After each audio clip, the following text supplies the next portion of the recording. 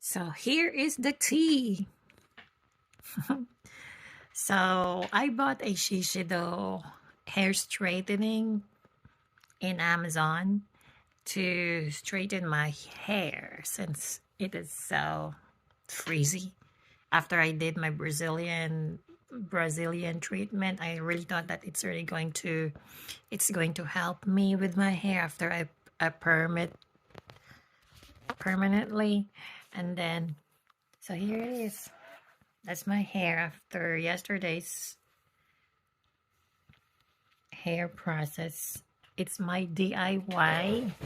I bought the Sieshedo I guess it's Sieshedo hair straightening in Amazon again. And it's only 40 something bucks. There. Sieshedo.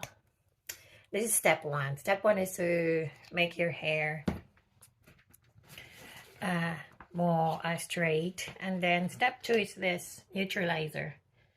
You really needed this one after you put the step one.